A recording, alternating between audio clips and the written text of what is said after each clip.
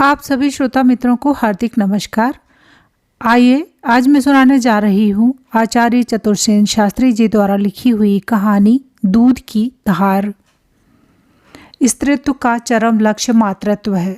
मातृत्व पद प्राप्ति में बहुत वेदना और कष्ट उठाना पड़ता है, परंतु शिशु सुख की अनुभूति केवल वह प्रसूता नारी ही कर सकती है जिसने एक क्षण को मृत्युवत सोकर दूसरे ही क्षण जागकर अपने शिशु पुष्प द्वारा स्तनपान का अक्षय सुख प्राप्त किया है।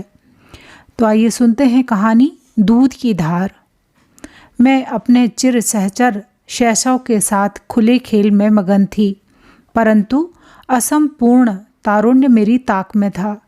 वह कुसुम कली को झोंके दे देकर झकझोर कर उसे मधुर हास्य हंसा हंसा कर मेरे मनोरंजन की चुपचाप चेष्टा किया करता था। कभी वह भौरा बनकर गूंजने लगता, कभी वासंती वायु के साथ मुझे आ छूता, कभी चांदनी रात और कभी झिलमिल सुनहरी धूप में हंसने लगता था। मुझे उसकी परवाह न थी, उसे मैं पहचानती न थी। मेरा सहचर शैशव मुझे बहुत भाता था। मैं उसी के साथ खेलती रहती, परंतु वह मेरे चारों ओर घूमने लगा और एक दिन उसने मुझे छू लिया। मैं लजा गई, छुई मुई सी सिकुड़ गई। तभी से एक भय, एक आशंका मेरे मन में घर कर गई। कौन है यह अपरिचित?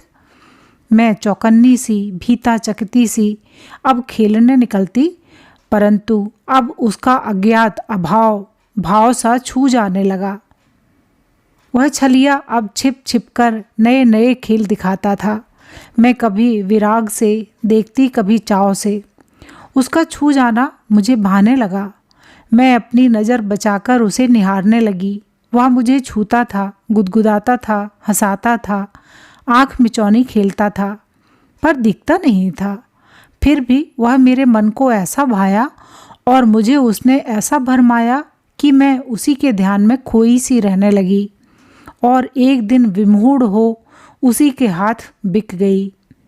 फिर उस दिन जब मैंने देखा तो मुझे ऐसा प्रतीत हुआ जैसे वही मेरे तन मन में रमा हुआ असंपूर्ण तारुण्य जो मेरे साथ छिप छिप कर आँख मिचौनी के खेल खेलता था, गुदगुदाता था, हंसाता था, छूता था, आज संपूर्ण होकर मूर्त हो उठा।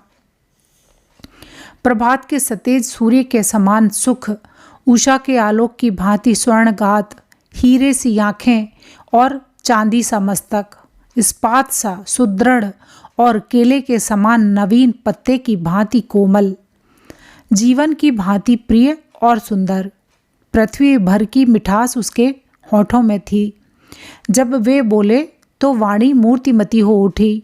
मैं उनमें खो गई। कुछ पता ही न लगा कि मैं मर गई या जी उठी। नेह नयना की राह हृदय में धरकर बैठा। उसका वह प्रचंड वेग मेरा नन्हा सा हृदय कैसे सह सका? जब सोचती हूँ पागल हो जाती हूँ।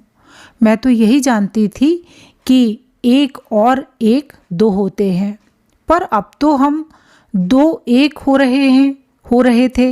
यह सपना नहीं था, जीवन था, सच्चा जीवन। संसार की प्रत्येक वस्तु को हम कौतूहल से देखते थे और हर बार उन्हें नया पाते थे। नया ही क्यों, मोहक और जादू भरा और आह्लादमय। आनंद की चरम सीमाएं हमें लांग गई थीं। हम दोनों एक दूसरे में लय हो चुके थे। आह, सोने के हमारे दिन थे और चांदी की रात। पक्षी हमारे लिए ही चहचहाते थे। शीतल मंद बयार हमारे लिए ही बहती थी। सोने के प्याले जैसा सूरज रोज हमारे लिए ही निकलता था। तारों का मुकुट पहनकर और चांदनी में नहाकर रात हमें हिलोरियाँ गा गा कर सुलाने आती थी। वे मेरे रूप का बखान करते। अरे, तेरा रूप चटकती चांदनी की बहार दिखा रहा है। मेरे उज्ज्वल ललाट पर श्याम भूभाग को देखकर हंसकर वे कहते, गंगा की धार में भुजंग तैर रहे हैं। कभी मुझे सद्य स्नाता देख कहते, आहा, यहाँ तो वसंत आ रहा है। पुराने पत्ते झड़कर नवीन कोपलें फूट रही हैं। उस दिन उन्होंने मेरी चंपे की कली सी उंगली को छूकर कहा था, तेरी यह वेणी तो सोने के खंभे पर चढ़ती हुई सर्पिणी सी दीख पड़ती है। फिर कहा था, तेरा अंग अंग श्रीखंड सा सलोना है। हाय हाय, इन बातों को सुनकर क्या होता था भला। सच कहूँ, बढ़ी हुई बरसाती नदी का जल जैसे समुद्र के हिये में हलचल मचा देता है, उसी प्रकार, ठीक उसी प्रकार मेरे हृदय का हाल हो जाता था। उन दिनों में वसंत की फुलवारी बनी हुई थी। वसंत में जैसे फल और फूलों के भार से तरुवृंद झुक जाते हैं, उसी प्रकार मैं अपने ही भार से झुकी पड़ती थी।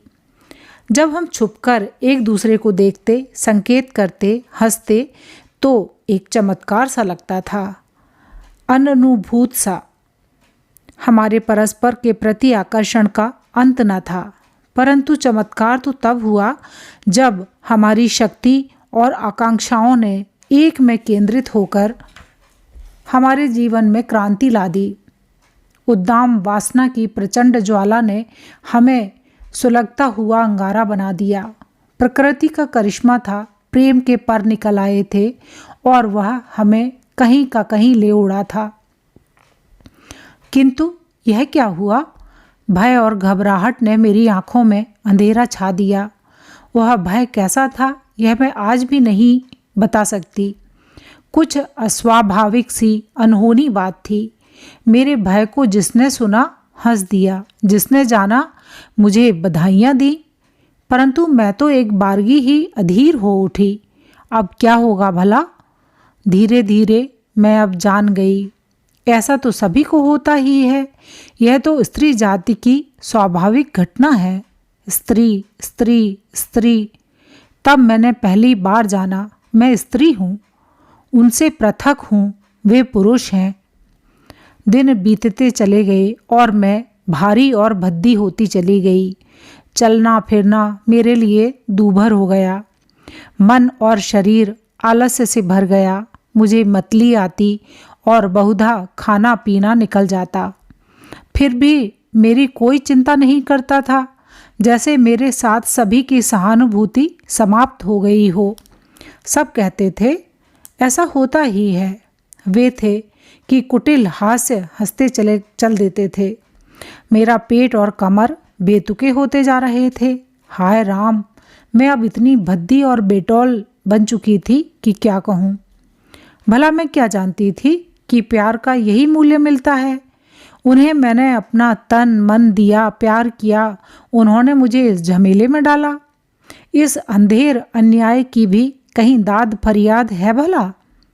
फिर वे तो वैसे ही आकर्षक, फुर्तीले, सुंदर और मोहक बने थे।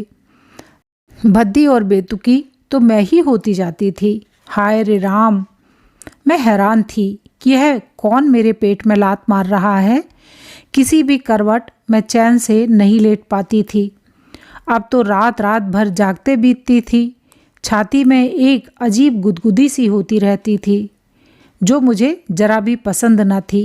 पेट तो अब ढोल बन गया था, पर मौत यह थी कि मेरा सुंदर, छरहरा, फुर्तीला शरीर कुरूप और बेडौल होता जा रहा था। मैं बहुत अपने को संभालती, परंतु यह तो क्षण क्षण का संघर्ष था, पल पल की हैरानी और पराजय थी। मैं निरुपाय थी, मैं बुढ़िया हो रही थी, भारी हो रही थी। मुझे कुछ अच्छा नहीं लगता था। ओह, जब मैंने सुना कि अभी बहुत रातें ऐसी ही बितानी हैं, तो मैं एकदम बौखला गई। मैं कितना रोई। मैं भला क्या जानती थी कि प्यार मुझे इस झमेले में डालेगा, सिर्फ मुझी को, अकेली को, जबकि और सब बातों में तो वे भी सम्मिलित थे। मैं तो कह ही चुकी हूँ कि मैं यह भी भूल चुकी थी कि हम, वे और मैं दो हैं। पर अब तो सिर्फ यही नहीं कि हम दो हैं, मैं यह भी जान गई कि वे मर्द हैं, मैं औरत। वह औरत जिसकी जिंदगी बोझा ढोने और खतरे झेलने के लिए ही बनाई गई है। परंतु अभी क्या, अभी तो बहुत भोगना था। उस पीड़ा की चर्चा करूं जो अपने होश हवास में मैंने सहन की। एक ऐसी निर्मम वेदना जो कभी खत्म होना ही नहीं जानती थी, जैसे पीठ के बीचों बीच किसी ने लाठी हूल दी हो।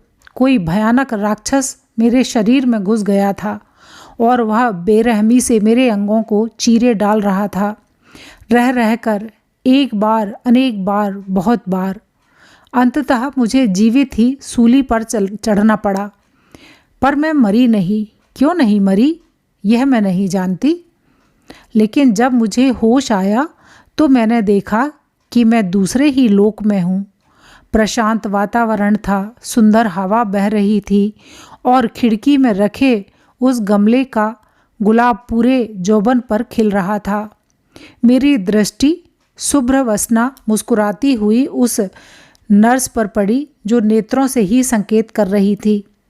उसी संकेत का अनुसरण कर मेरी आंखों ने देखा, सजीव गुलाब के समान मेरा बच्चा स्तन चूस रहा था और दूध की धार स्तनों से बही आ रही थी। जैसे कला और सौंदर्य सिमटकर उस नन्हे से बच्चे में मूर्त हो आए हों। गहरी काली चमकदार आँखें और कोमल घुंघराले बाल, मक्खन से भी कोमल गात। अब मैं क्या कहूँ आपसे, वह मेरा ही बच्चा था। हाँ हाँ, मेरा। मैंने ही उसे अपने शरीर से उत्पन्न किया था और यह भेद तो मुझे मालूम ही न हुआ कि हमारे प्यार ने उन्हीं की यह एक नन्ही सी प्रतिमूर्ति बनाई थी, अति कोमल, अति सुंदर, अति जीवन से ओतप्रोत। हम दोनों की सारी सुखद कल्पनाओं और प्यार की एक मूर्त प्रतिलिपि। अजी, उसे मैंने ही उत्पन्न किया था, अपने को खोकर।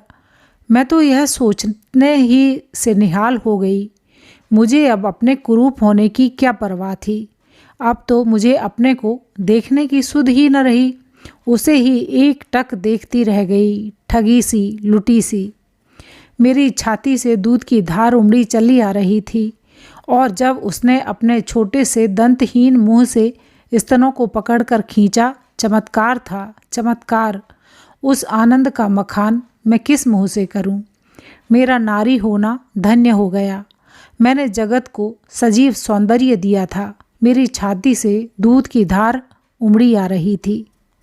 अभी आप सुन रहे थे आचार्य चतुर्सेन शास्त्री जी द्वारा लिखी हुई कहानी दूध की धार।